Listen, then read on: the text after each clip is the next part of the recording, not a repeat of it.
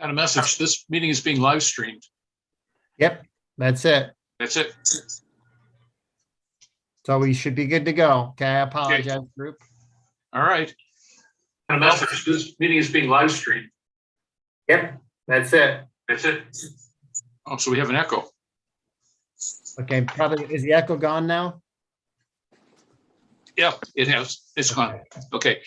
So I'm going to call the Skokie Board of Health meeting for Thursday, February the 10th, 2022 to order. And before we begin, I need to read a statement. Due to the surge in COVID-19 cases, this meeting is being held virtually. Members of the public who wish to comment as to an item on the published agenda must submit their statement or question in writing to Michael Charlie at at skokie.org, and all properly submitted statements or questions will be presented to the Board of Health members and be made part of the record. Written comments may also be submitted by email to publiccomments@skokie.org, by mail to the Village of Skokie, attention Michael Charlie with the Skokie Health Department, 5127 Oakton Street, Skokie, Illinois, 60077, or via the Village's drop box located by the public entry to the Village Hall. And with that, you've received the agenda and the minutes, and we use a consent approach. So is there any item to extract from the agenda for discussion? You raise your hand or speak up. Seeing none, then the agenda is approved. And then you've also received the minutes from January 13th, 2022. And again, any items to extract from that. All right, that is approved as well. I'd like to remind everybody to put your mic on mute unless you're speaking. Otherwise, we tend to get these echoes that come back and forth. And if you want to speak, either raise your hand literally or indicate that on the bar down below. And Mike, if we could pull up the first item on the agenda, which is the American Public Health Association National Institutes of Medicine slide. Did you share slides with me? I sent it to you. Oh, when did you email it to me, Bill? This morning. Oh, okay. I will go into my, I think it probably just went to my junk email. So let me check. Hold on. Okay. For some reason, your emails have been going to my junk email. Ah, there it is, my junk email. All right. I'm not offended. Nah. I got to move it to my real email for me to open up. I don't know why it's been doing that.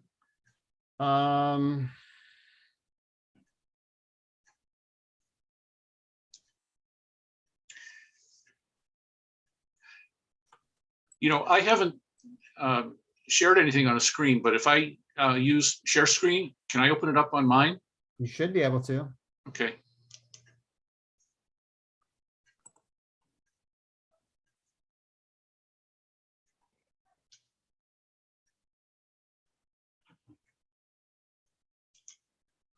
No. Were you able to do it? The wonders of technology. Yeah,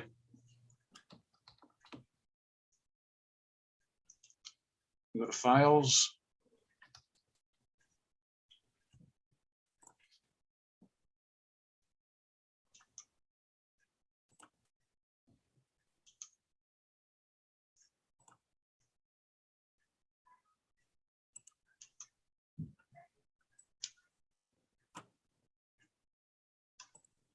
Just give me a second. I'm trying to move it over to my.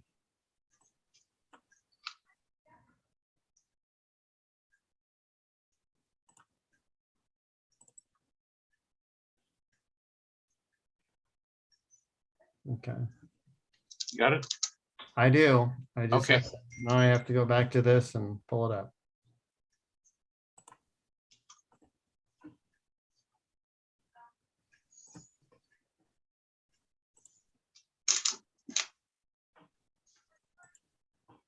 Okay, can you guys see it now? Yeah. Yeah. Okay, I'm gonna see if I actually start to show, if it's gonna show up still. Can you still see it? That's the first slide, yes. Okay. All right. Well, I thought it would be interesting tonight. I participated in a webinar from the American Public Health Association and the National Academy of Medicine recently, and it was entitled "The Third Year of COVID-19, Is This the New Normal?" And there have been several of these COVID-19 conversations through the two organizations. I have found them very interesting, and they're archived on the APHA and National Academy websites. If you're interested, you can go in and see these topics. They're an hour and a half and always very well done, very experienced speakers, very expert in their field. If we could go to the next slide.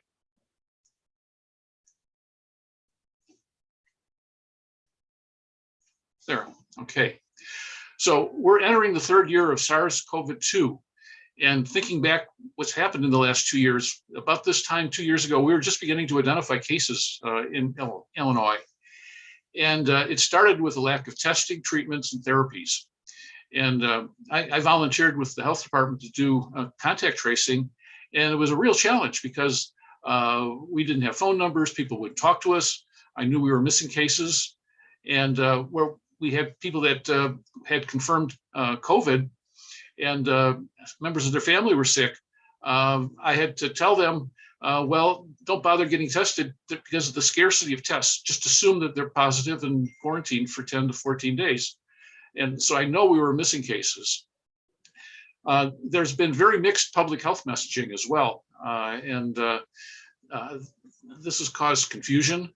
I was on a webinar with the American College of Physicians the other day, and we were going through various scenarios in terms of how to approach patients that were positive or suspected of being positive, and that the experts had mixed messaging in terms of how you approach that whole subject. And so if it's confusing for the experts, I'm sure it's very confusing for the general public. We've also had in the past limited sequencing so that tracking variants could prove to be a challenge. And then I think one of the most disappointing aspects of this whole pandemic is its politicization and how people are taking sides. People are denying that this exists. People are causing great public debate around the whole issue of being vaccinated and what it means to be fully vaccinated. So, I think we've come a long way from 2 years ago. And we still have a ways to go, though. Now, on the positive side, if you could go to the next slide.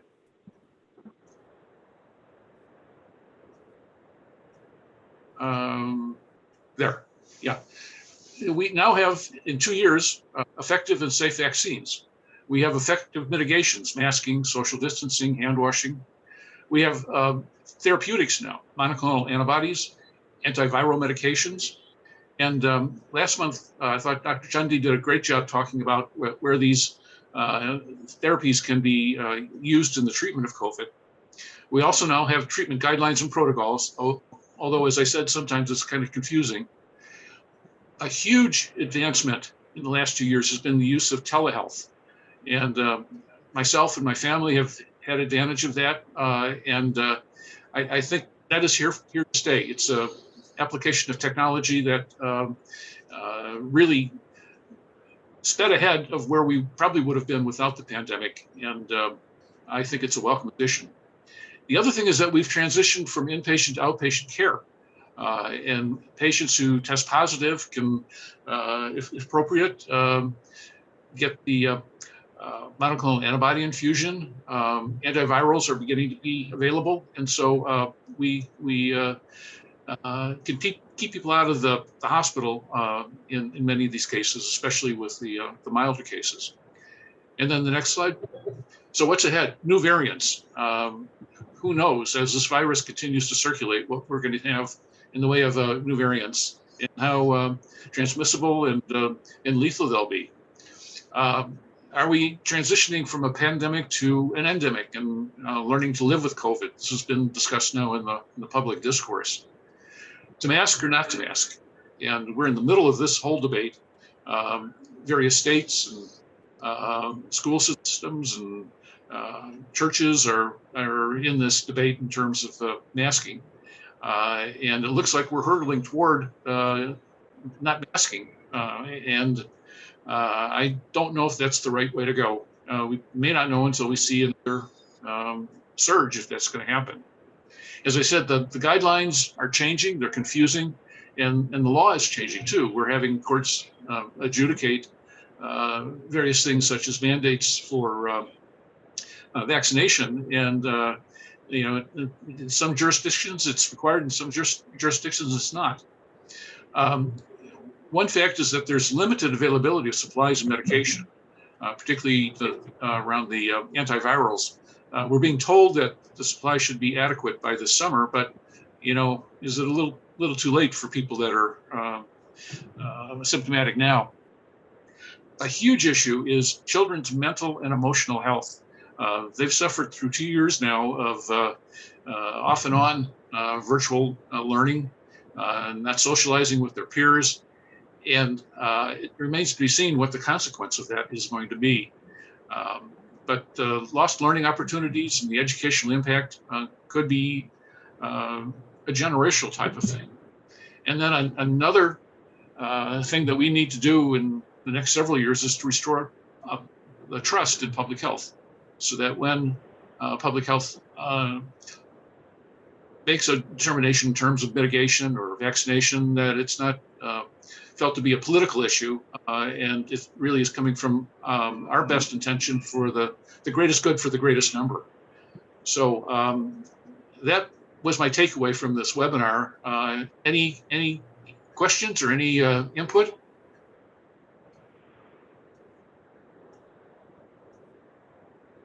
No, I've just sped through. First of all, I think that that was a really great summary, Dr. Warner.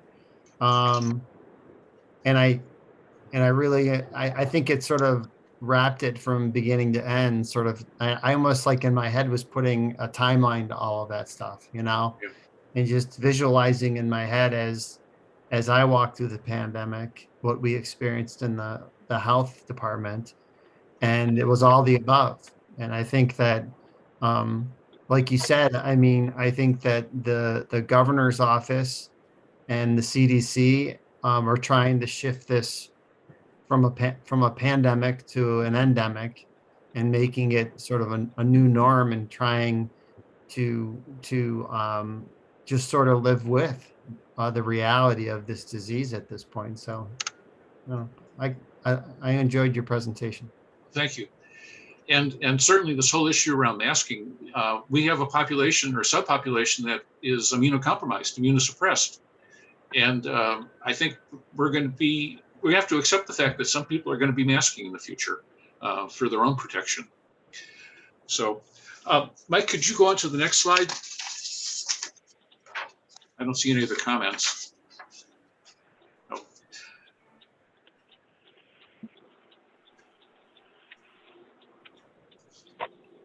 This should be the Skokie Smart 11.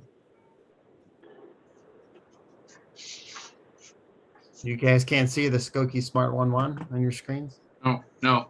It came up a few minutes ago. Oh, it says my screen. What the heck? Oh, technology! I love it. Your screen sharing is paused. Why is it paused? Hold on. Let me see. Let me.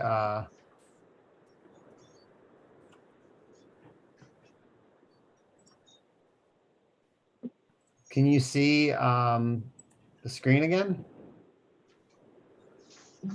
We see the last slide in the rotten. Can you see it now? There we go. Okay, that's the only slide. That's the last one. I feel like I'm tech savvy, but I must have hit the wrong button. Sorry. We're there now. So I wanted to bring this up tonight. Skokie is transitioning from its code red system for alerting residents when there's an issue, an emergency, to Smart 911. This was in the East Skokie News last week, and it's beginning in this month. The transition is going to be occurring, and so this is for emails and for your mobile device. If you had used the code red, you have to go in and re-register now for the Smart 911. If you go to the village's website, there's a tab at the very bottom. You click on that and you just go through the steps. If you have a landline that's hooked into the code red, that'll automatically transition over to the Smart 911 system. And the reason I bring this up, I think it's the thing that the kind of thing that neighbors or friends might be asking about. Well, what's the Smart 911? And I wanted the board members to be familiar with it. The other public health aspect of this is you can go in and after you register, you can indicate if there are medical issues, such as is somebody in the house with diabetes or somebody that's got a mobility problem, so that if a first responder shows up, they have a leg up in terms of what might be going on. And imagine if you had a fire or a carbon monoxide situation and the first responders roll up and they realize that there's somebody with a mobility problem. It may trigger a little speed up in terms of their search for that individual.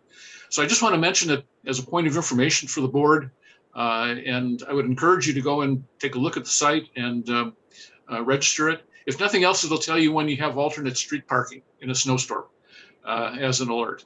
So any other questions about the Smart 911? Dr. Lynn has his hand up. Yeah. We can talk. I just want to talk a little bit about what you previously presented when we opened the meeting up. Okay, you can go on with the presentation. Okay. Well, this is the end of my presentation. So, are there any questions or comments? Well, I'll continue.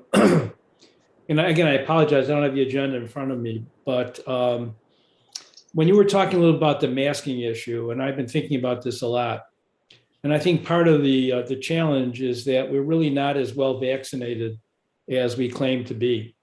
I think even, and again, I'm not trying to be critical, but I know often Evanston does it, Skokie does it, Chicago does it. They put the number of people who've received one dose of the vaccine, and obviously it offers little protection, especially in the face of Omicron. Yeah.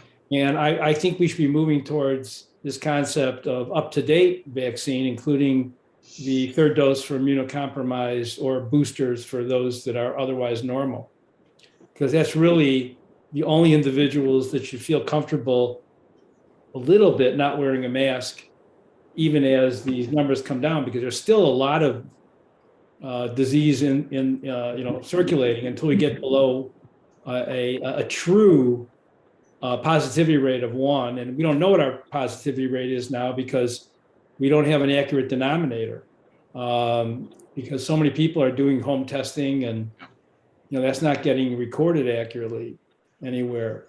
And so that's why I'm a little concerned.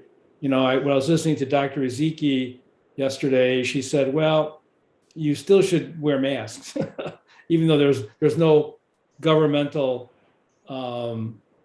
requirement anymore at the end, supposedly at the end of the month, that people have to look at their individual risks. And I don't think people understand their individual risks that well. And so that's just something I wanted to toss out there. I don't think we have any answers for it, but I'd like to see more push towards encouraging people to receive their boosters, because the last data I looked at, we're way under vaccinated in terms of the booster or third doses. Actually, you're present at. I've talked with Mike about, can we look at the numbers in Skokie for people who've gotten their third dose? We see that curve that shows a good healthy part of the population that's been vaccinated, but does that include the third dose? And so I think that's an important piece of the puzzle. And if people haven't gotten their third dose, what's the follow-up? What's to encourage them to do that? Especially if we have a lull in COVID in the community, and people really assume, well, it's over with. We don't have to be worried about it anymore, and they relax in terms of, you know, getting that up, as it's called, up-to-date vaccination. And we have done, so I do have eye care data that I can look at, and there's a way for me to, using eye care data, to identify individuals who have had more than 2 doses of Moderna or Pfizer and more than 1 dose of Johnson & Johnson. So what I can do is either tomorrow or early next week, I'll run the data and I can send a quick email out to the Board of Health. But as always, if I send anything out, we can't discuss things until the next meeting. Sure. Amongst ourselves. But yeah, I mean, I can do that and I can take a look at it. And I know we've used some of the tools available to us, like e-news and our newsletters, and I mean, every week in e-news, we're encouraging people to get boosted. I mean, maybe I can take a look at the next Tuesday's Skokie News and maybe be a little more explicit with residents, try to share with them maybe a little bit like the justification behind getting a 3rd dose and how, you know, the 3rd dose does help protect against transmission more than just having 2 doses. I think people do get confused. So I'll take a look at what we can draft for our next e-news next Tuesday. Great, thank you. Any other comments before we go on to the agenda? Yeah, I have a comment. Can you hear me okay, Bill? Yeah, we can. Yeah. Yeah. 2 things. Number one, I have gone to eye care. I've gone and tried to find out what my vaccination status was through the Illinois state information, and it comes back nothing. It says I don't exist. And I think there's other people out there that may be having the same problem and not being able to tell. I registered. DuPage County sent all my information in. I got my 3rd booster. I got my booster at Walgreens here in the Skokie area, right down the street from the Senate, you know, the city hall type thing. But they've also now recommended the 4th booster for those of us who are immune compromised, a 4th shot, which I'm eligible for now. And I've not heard, you know, what we're talking about tonight. I've not heard anybody say anything about the 4th, and the CDC has recommended that, and so is the FDA, unless I missed something. So I would like to know if you wanted to send out a message also that also said, if you've had problems with registering and finding out what your vaccination status is per the state, let us know. Or this is who you can contact for help, because there was nothing on there that told me. It just said, sorry, you don't exist. Keep checking. And I had my vaccination a year ago. Okay. So there's no reason it shouldn't be there. And you're referring to the Vax Verify system? Yes. Okay. Yes. Okay. Larry, we had a problem. My wife's 3rd dose wasn't showing up in the Vax Verify. And I contacted as an IDPH, there was a number to contact, and they were referred me back to the Skokie Board of Health, that whoever did the initial vaccination needs to correct the problem. And that got corrected for my wife. So I don't know if that helps. Well, there was no place for me. I didn't see anything to contact anybody. They just said for me to keep checking back. That's what I'm getting at. I need some information, or maybe other people in the community need information. This is how if you've been told that you don't exist in the system, this is who you contact. This is what you need to do. And if the information is, if you had it done in Skokie, mine was done in DuPage County, where I work out at Midwestern University. But do I need to contact the DuPage County Health Department at this number? So anyway, if there's any kind of help that would be available, or I have to go and play detective myself. So I just thought we might be able to do it and help people in the community. Thanks. Yeah, I'll look into it. Rohit? Yes, what I was going to tell Mr. Williams is, if his record is not showing in state of Illinois, and if he got his 1st or 2nd vaccine at Walgreens, he should call the pharmacist there. They might have forgotten to click the button to send it to state of Illinois, because that's what happened to my wife and my second shot. And after that, the record went to state of Illinois. I got the first shot and the second shot at DuPage County Health Department at the fairgrounds through their system, very regulated. I got my booster at Walgreens, and I am now eligible for the fourth one. And so I'm hesitant to go do that until I can find out what happened to the other three. You can, Larry, if you email me your date of birth, I can look it up tomorrow. I mean, I could look it up right now on this meeting, but everyone would see what I was doing if well, I guess I could do it offline where you guys I'm not sharing my screen, but I can go directly into iCare and look to see if you're actually in there. And there's a possibility that, like, for instance, like there are things like if you, like when you fill out the form, if your name is misspelled or it's William instead of Williams, you know, that's a possibility too. Okay. Thanks. I'll send you my info. Thanks. Yeah, and I'll take a look at it tomorrow morning. All right. The issue with my wife is that they had the wrong birthday in there, so the records wouldn't match up. So it could be a data entry issue.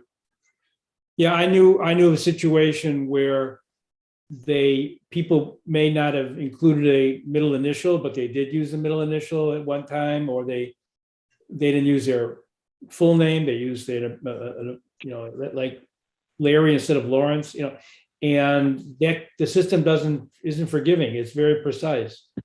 So everything has to line up. And if anything varied, you'll be missing doses, at least in the record. The other question I have, has it officially cleared CDC about the fourth shot for immune compromised people? I haven't seen that. It hasn't. It's being highly discussed. Yeah.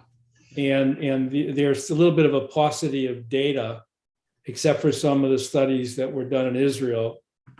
And I know it's being looked at right now because there are. The question is whether it's necessary or not. Yeah. And but I can tell you, there's no doubt that the booster dose is necessary, and that was the only thing that saved a lot of people from getting really ill with Omicron. Yeah. And Omicron is going to be around for a while because there's a new variant, but it looks like you get the same immunity, and so people really should be up to date, to avoid getting sick. Yeah. That new variant was it BA.2? Yeah. Yeah. And I've heard it's about 3% of the current infection right now. Yeah. Mike, is that what you're hearing from IDPH? IDPH hasn't, at least they're not, I mean, that's not something they provided on Monday's meeting that I attended was the percent of the virus that was the new variant. And just for the record, Bill, and the rest of the group, I am no longer with the state of Illinois. My contract expired at the end of last year. So right. I'm no longer a participant to those discussions. Okay. At the state level. Noted. But to answer your question, Bill, nationally, it's been stated that it's about 3%. Yeah. I don't know about the state specifically, but the anticipation is that it will replace the BA.1. Right. Well, any other questions, comments? If not, then Mike Charlie, why don't you go on for your report? Okay, let me set this up.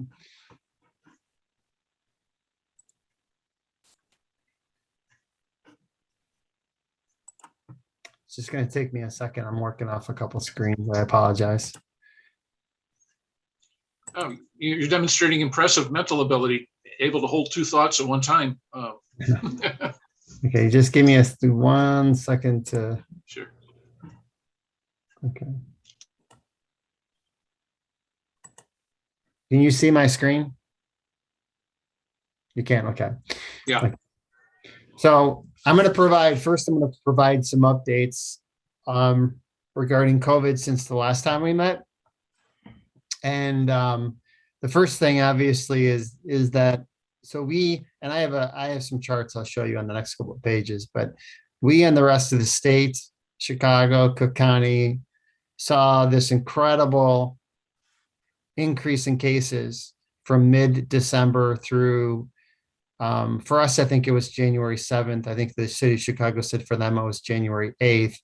And then we saw a precipitous decline in cases.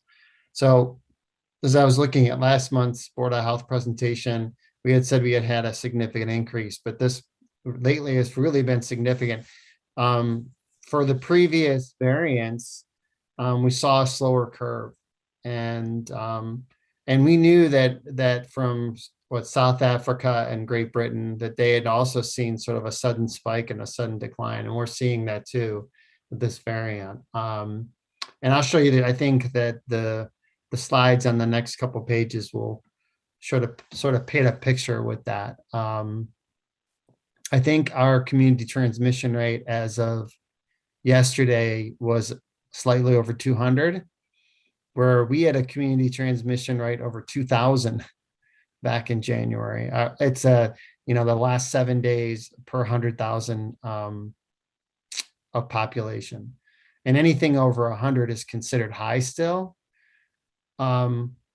But not to go on a tangent, it seems to me like the new feeling is that with this, they're shifting towards more of an endemic model, that even living with over 100, although high, you have to learn to live with it, So, and as everybody knows, on February 4th, last Friday, the Sangamon County Circuit Court issued a temporary restraining order against the state and there were a number of plaintiffs, and there are a number of defendants. The state of Illinois was a defendant, but so was a number of school districts. None of Skokie's school districts, as far as I know, were named in the temporary restraining order. I don't have a slide that elaborates on this, but I thought that I'd take a moment to elaborate on what I know. According to the governor in the state of Illinois, if you weren't specifically a plaintiff or someone named as a defendant, schools are still required to mask. However, the order has this footnote that more or less on page 28 of the order, that more or less says that school districts that aren't named in the order can determine what's best for their schools. So we're sort of in this weird, I call it a purgatory, because even if you look at the governor's press release from today, it says anybody who wasn't named as a defendant or a plaintiff has to follow the current masking order for schools.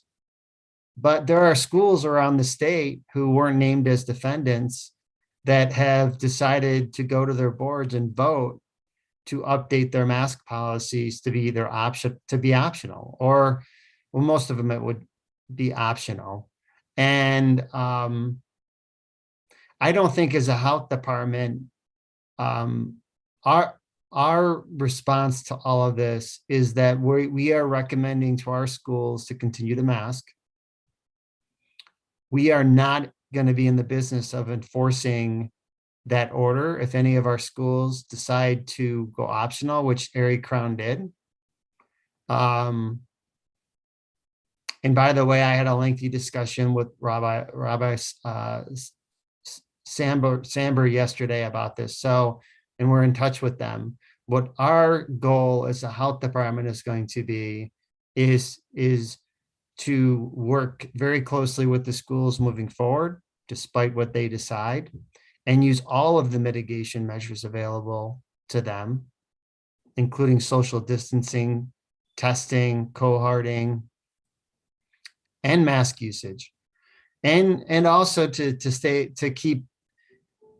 to work with them very closely on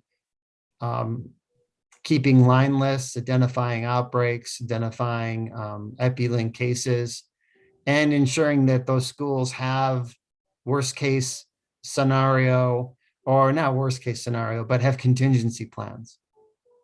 So they can pivot rather quickly to move back to masking, or move back to an adaptive pause, or move back to remote learning. And that's the position we're taking at this point. And I think that that's what the position that most health departments are taking, because we're in a very strange place because of this temporary restraining order. The governor's office has appealed it. It's pending appeal. I don't know what's going to occur. But that's what I know, the quick version of what I know.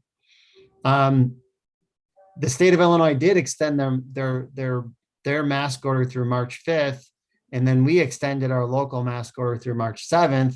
But with all of this, the governor in his press conference had related that as long as the data continues to, hospitalization improves, our cases decline, that he plans on lifting the state mask mandate February 28th. So Cook County, the city of Chicago, we're all going to follow suit. So I will be rescinding our mask order February 28th. In addition, it's likely that the city of Chicago, Cook County, Evanston, and Oak Park will all lift our proof of vaccination orders, as long as the data continues to improve. The next thing is the Moderna obviously received full USDA approval for their Spikevax 18 plus, same formula as the EUA approved vaccine. And I just mentioned that Pfizer, sorry if I butcher this name, but Comirnaty was approved for 16 plus back in August. And I just wanted to mention that Cook County had reopened their mass vaccination site, the larger one in Des Plaines, of which I took my two 15-year-old boys on a Saturday to get their booster. And it worked really well. But like Cook County, the village of Oak Park has seen a significant decrease in demand for vaccine. And that's something that was mentioned in a conference call with them. We still are administering every vaccine. Although not approved yet, the 6-month to 4 Pfizer is going to be shipped, or planned to be shipped later in February. I think President's Day was when the state had expected to ship that vaccine to providers. We will be administering that vaccine, but our messaging is going to be, go to your provider. We're not in the business of vaccinating really young kids. I just don't think it's a good idea, especially in a mass vaccination setting. We feel like there's sufficient providers that are signed up to administer doses, that families should go see their primary care provider. I mean, kids that age are getting a lot of vaccines anyway. But we will offer it, but at a limited, and I think it's, instead of being at Erie Crown, we're going to have our vaccine clinics for that group at Village Hall. Mike, a question about vaccinations in the immune compromised. If somebody is immune compromised or suppressed and they call in and they want their 4th dose, is that something that the health department can accommodate, or are you going to wait for the CDC and IDPH? At this point, if people want a 4th dose, we're not policing that. We don't have an option for a 4th dose at this point. So we haven't had anyone come to us with that, but if somebody did call us about a 4th dose, then we probably provide them with consultation. And we probably call our medical consultant, Dr. Warner. I don't know. I haven't crossed that bridge yet, but I am sure there are people, just based on looking at eye care data, we've had people get more than 3 doses, but they do it under the radar. They sign up for a 3rd dose, and there's no mechanism for us to verify that they've had 3 previous doses. It's just impossible. Yeah, or they go to a Walgreens or a CVS and get shot. Yeah. So some data. So I will say that our Skokie data page has been updated. We started using Power BI. So if you went to our data site, you can drill down into the individual months and you can take a look at a little deeper dive. Although I will say that producing data for a public facing website is really time consuming. So what we have up there is sort of consistent with a lot of the other health departments have on their web pages. Over 14,000 cases. Now I will say that the one, if you look at the total deaths, it's actually less than we had it on the last month slide. And the reason is it's because the state started providing, there's a new field in Salesforce that the state has updated so we can differentiate like a COVID death versus somebody who had COVID 2 years ago and had a heart attack. But it's confusing because hospitals, when they go into INEDs and they update things, it's even for when people die, it's automatically updating Salesforce as a death, even though it may not be COVID related. So IDPH just recently was able to identify what they consider a COVID death versus like something else. Like if someone fell off a ladder and died, it's not a COVID death. Our positivity rate is actually really low as at the 31st at 1.72%. Whereas the actually that state of Illinois test positivity, it should say Cook region. I grabbed the Cook region right before the meeting. So I apologize. That should say Cook region. So this is a graph of the blue is the daily cases and the red is the 7-day moving average. And as you can see, we had that huge spike with our highest 7-day moving average, I believe, was right around January 7th. And we've decreased significantly, which is really great news. I mean, we just hope and pray that it continues. We don't have any other variants, but who knows? This is the community transmission rate. Anything now, it is difficult to see, but if you look around like 618, we were down at the low to moderate level. But outside of that, we've always sort of been in the substantial and the moderate on the graph. The colors look alike. They're not really, the yellow is mostly substantial. And obviously the red is high transmission. So for most of the pandemic, we've been in the high transmission range. And our test positivity is sort of like right now we're below 5%, but we're within high transmission. So this again, this is the fully vaccinated. So this is 2 doses. This isn't boosted, but we've always had a higher rate than the state. Most of the northern end of like anybody in the higher socioeconomic areas, I would even anywhere in the North Shore has a higher rate. For a while there, like 60203, it was one of the, if not the highest, one of the highest zip codes in the whole state. 60076 is a little bit lower, and then 6077 is the lowest. And I don't have that data available for tonight exactly, but anybody can go on this. The state has a zip code where you could find vaccination by zip code. So that's some of the COVID stuff and some of the other updates. We had recently, over the last 6 weeks, posted a couple positions, which is good news. We've been without a data person for a year and a half. That position was frozen by the village manager's office for a time being. So we actually interviewed 3 candidates today. I think we have one we're happy with. We're interviewing social workers next week. The position that's empty is a position where one of our existing social workers moved to the new co-responder social worker position, so it was vacant. So we will have actually an extra staff person because of that, because we created the co-responder position. So that's good news too. We did share a public health intern position with several universities. My plan is to hire an intern from May 1st And hopefully we can, this might be difficult because a lot of universities don't have this long-term internships, but I want to have an intern from May 1st through at least December to help out with iPlan process. I just wanted to mention that our co-responder, or in addition, our health inspection services contractor position. So about a year ago, the village decided that to save taxpayer money, when we lost the sanitary and health inspector position, that we would hire back a contract position just to do food inspections. So instead of paying out well over $100,000, the budget for that position is about $56,000. So it's going to save the village about 30 some thousand dollars.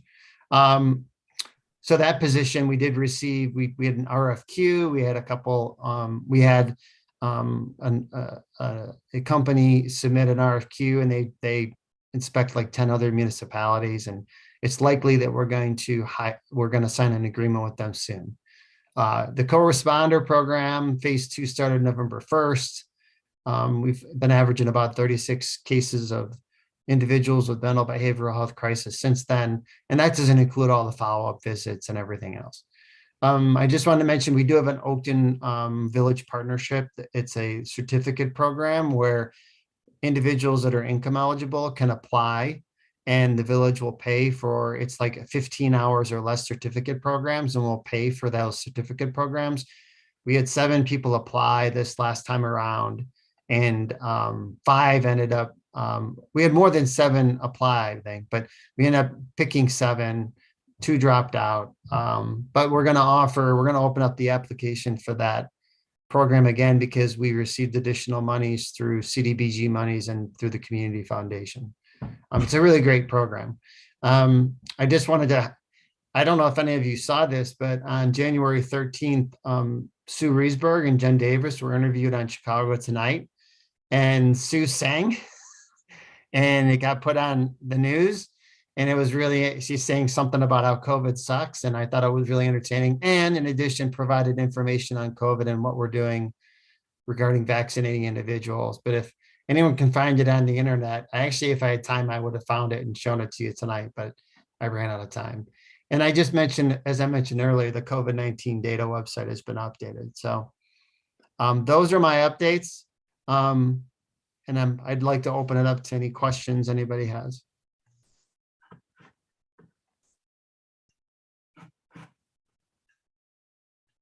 Any questions?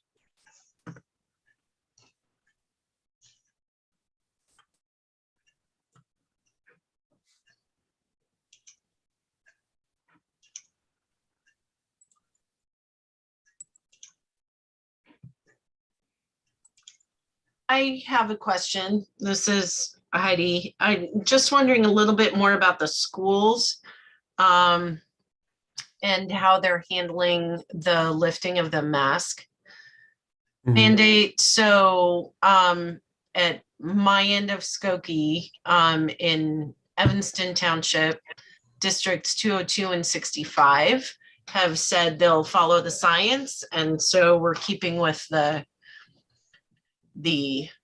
masking, testing, et cetera. The concern for us in terms of testing is that there's one test that ETHS is using, which it's great, but it doesn't work for all the special ed kids who can't spit into a tube. And my son is one of those, and there's no alternative. We've thrown out a few options, and I get why this one little subset then is going to, it may or may not be worth it from an epidemiological standpoint, but these are also kids who are at higher risk, et cetera. But I'm just kind of wondering how the other school districts in Skokie are handling this. You mentioned Erie Crown, but is everybody pretty much on board that this is still important, still a thing? Yeah, so we've been in touch with some of the school districts, and they're all still requiring, like, none of the other school districts have have decided to move in any other direction. Although I to be honest, I am meeting with the school superintendents tomorrow at 9 a.m. I have a meeting scheduled with them. So I think that meeting is going to glean a lot more information about their current status. And I know they have a lot of questions regarding the Sangamon County Circuit Court order and how that may or may not impact them. So, you know, I have someone, Jen Davis, she's come and presented here before when we were at the police station, and she's been in touch with the schools. I don't have that survey of the schools. I know a lot of the schools are still using the shield testing. Right. And I think logistically, I don't know. And no one's ever broached that topic with me, Heidi. So and I understand that could be very logistically challenging for the schools, but something, you know, they should consider, right? I mean, I think you have to consider that. So, but yeah, I'm meeting with the schools tomorrow at 9 a.m. And I think I'll have a better idea after that meeting as to what each school is doing independently of each other, or school district. Great. I don't know what we as a board can do, but you know, many of us here are parents. If there's something we can do or talking points you want to give us or whatever, you know, we're your advocates in this. I appreciate that. That You know, the question about testing, about 3 weeks ago, I registered for the federal government's 4 tests to be sent out. I haven't received anything yet. Do you have any idea, are those tests in the community yet, or? Yeah, I've got mine. My folks in Idaho got theirs. Ah. Yeah. I didn't get mine. Really? Yeah. Well, if y'all need one, holler. Okay. You know, I wonder if that could be a substitute for the Shields test, if it's in the community. Well, we certainly, like at our house, then we do testing with our son, and that's the level of accuracy of the test, right? But there's no reporting back to the school in particular. There's no data gathering on their part. So, you know, it's life, right? But there is a community that can't spit into a tube. So, you know, but the shield testing is great, and UIC's been great. You know, it's not that, it's. Ed? It's a different type of technology. The shield test is a PCR. And I know that. And that's part of my issue with the school right. district. The I can antigen, test at home all day long. It's not as the antigen test for screening, you need to pair them. You just can't do a single test. You have to keep on repeating them, you know, I know. Yeah. So, but you bring up a really great point. My family can afford that, right? Even if I didn't have my 4 little tests, and I'm pretty aware of the timing, et cetera. But I'm guessing the other kids in the transition house where my son is, right? Not everybody maybe has that knowledge. They're not getting it from the school. We've not been contacted by the Evanston Health Department, you know, because we're in that township. So, you know, a little knowledge is no, I had good for us, but yeah, I had the same situation with my granddaughter. Yeah, because she's not a special needs child. She just didn't know how to spit. So I have to compliment District 65. They now taught my 5-year-old granddaughter how to spit. So I don't know if that's a great accomplishment for her, but you know, but it is a challenge. Younger children were having difficulty expectorating into a tube. It's an acquired skill. Right. And he's older. It's a medical issue. Right. So there should be something to accommodate these students. You know, they can't, you know, and so but I don't know if any accommodation was being made. And you know, again, I'm speaking for District 65, though I live in 60203, as do my grandchildren. And I don't know about what's happening in the other school districts in Skokie. But it's something, it'd be of interest to know. I can, if I remember tomorrow, I'll throw that question in there. I'll say, what are you doing for special needs or I mean, you don't have to be special needs. I mean, there are children who just maybe, I don't know, don't feel comfortable or have. Well, I can tell you this young girl, my granddaughter, we laughed about it, but she really didn't have the ability to spit into a tube until she kept, it was very frustrating for her because she felt like an outsider, but she mastered the technique. Now I'm waiting for her to be, spitting at her sieve. Did you supply her with straws for spitballing?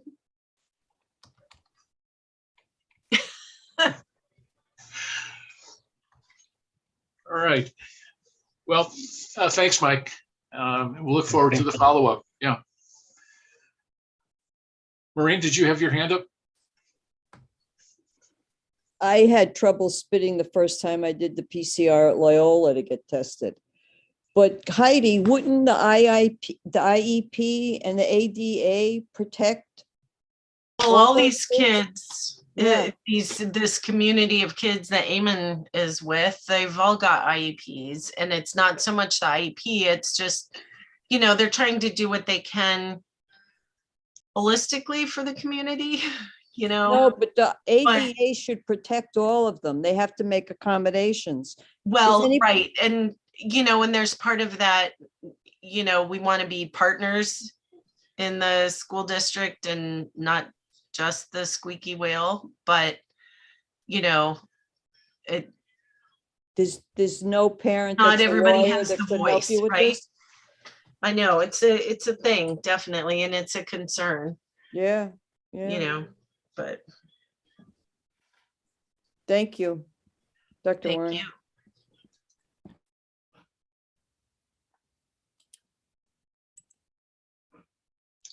Anything else that we should be considering tonight? Seeing none.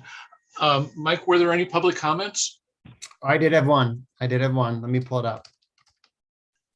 Okay. Let's see here.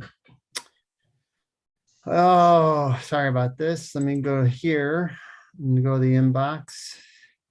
Okay, so this was from an individual that said, hello, does the board keep track of injuries and deaths that have been caused by vaccines? Can these statistics be made public similar to COVID numbers? Also, when the board reverse its decision that banned the unvaccinated from many public, also, when will the board reverse its decision that banned the unvaccinated from many public spaces? Lastly, will the board ignore the ruling by Springfield area judge who said it is unlawful to force mask children in schools? Thank you. So, that's one. I have a couple more. I mean, I don't know if, what I could do is I can respond to this individual tomorrow via email. But we don't have access to the virus safety database, do we? No, I mean, I don't receive any data or any information from the state on that I'm aware of. Yeah, and the second question about reversing its decision on the unvaccinated in public spaces, it's likely we're going to rescind that order at the end of this month if the data continues to go in the right direction. And that's about all I can answer for that. And then the Springfield ruling, like I communicated during the meeting, is that earlier in the meeting that the governor is saying if you're not a named plaintiff or defendant, that's the order still applies. But if you are, then they basically tell you to work with your corporate counsel and make a decision what's best for your school or what you should be doing for your school, you know? And then there's another comment here. It says, I'm gonna make this bigger. It's so small on my screen. Okay. This person says, why is it that the COVID tests give positive results to anything and everything? I've personally tested in orange and it came up positive once and negative on the second test. I've seen a dozen videos of water, vegetables, fruit, motor oil, and nothing at all testing positive.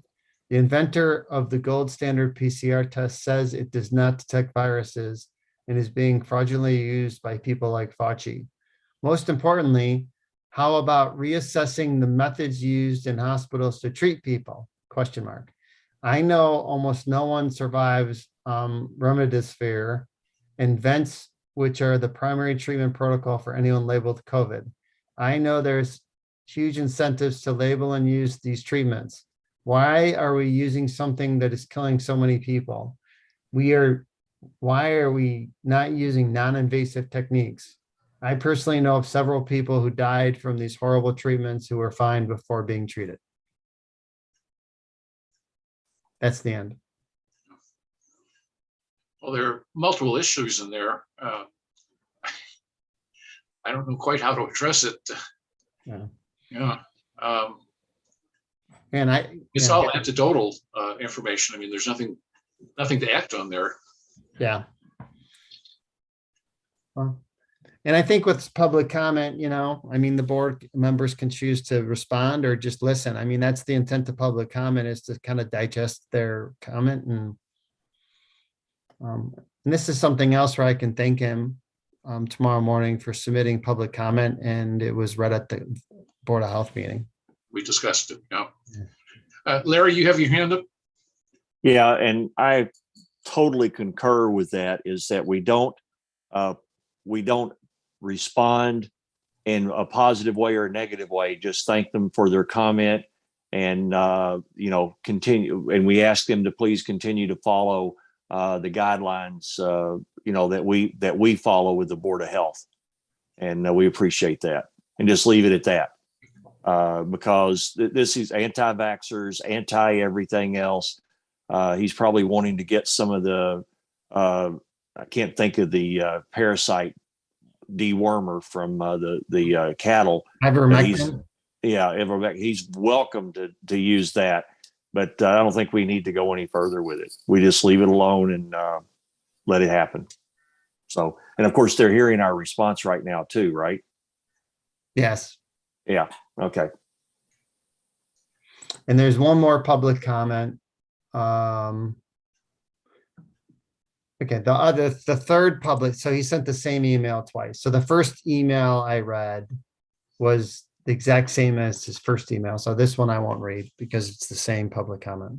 And I don't have any other public comments that I see for tonight's Board of Health meeting, Dr. Warner. Okay. Well, thank you. We're at the end of the agenda then. And unless there's an objection, we'll adjourn. Our next meeting is going to be March the 10th. And we don't know if we're going to be virtual or if we'll be live. I guess it depends on circumstances going forward. So, okay. All right. And thank you for being patient with my technology issues. Thank you to the whole board. We had a great turnout tonight. So I appreciate it. Yep, thanks, everyone. We'll see you next month. Bye-bye. Thank you.